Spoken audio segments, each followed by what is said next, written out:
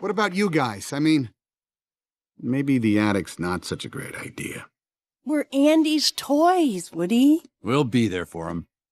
Together. For almost 30 years, the Toy Story franchise has been the standard for animated storytelling. From the groundbreaking original in 1995 to the emotional farewell in Toy Story 3 and the controversial shift in Toy Story 4, Pixar shaped how audiences see animated characters, nostalgia, and childhood themes. If you wanted a story about toys coming to life, this series was the model everyone followed. Strong character arcs, emotional depth, and simple but effective storytelling. But in recent years, Pixar has struggled with sequels and identity. Now Toy Story 5 is on the way, and many are asking a simple question. Do we need another chapter? Or is this Disney trying to revive a legacy they already closed? Toy Story 3 ended with one of the strongest conclusions in animation. Andy leaving his toys behind, Woody accepting a new purpose, and the group staying together as a family. It was a natural finale. Toy Story 4 pushed that ending further and created a mixed reaction from fans. Woody walked away from Buzz and the others, which contradicted his core character arc. Loyalty and purpose were replaced with a sudden shift that felt disconnected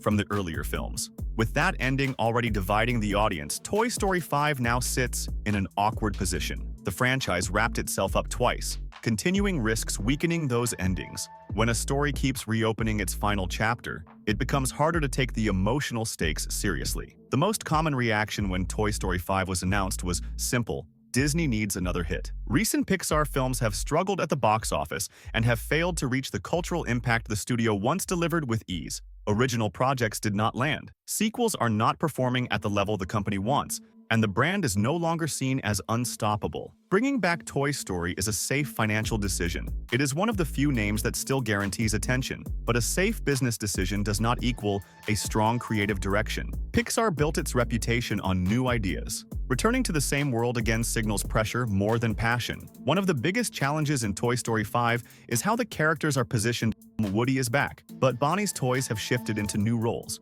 with Jessie essentially leading the group and Buzz stepping up as her second-in-command. The old dynamic is disrupted, and the arrival of Lilypad, a tablet-shaped antagonist, forces the toys to confront a modern world that increasingly values screens over play. Pixar has to balance this shift carefully. Reuniting the original chemistry risks feeling forced, but leaning fully into the new hierarchy could dilute the character relationships that made the series special. The story will need to give each toy purpose while exploring the threat of technology, or the emotional core of the franchise may feel hollow. Each Toy Story film had a clear theme. The first was about loyalty, the second focused on identity, the third explored letting go, the fourth questioned purpose. These themes were complete arcs. The characters already grew through them. Toy Story 5 faces a challenge. So what's the emotional core this time? With Toy Story 5, Bonnie is now 8 years old and more interested in screens than touch and feel toys. The new antagonist is Lilypad, the frog-shaped tablet voiced by Greta Lee. The question this movie seems to be asking is,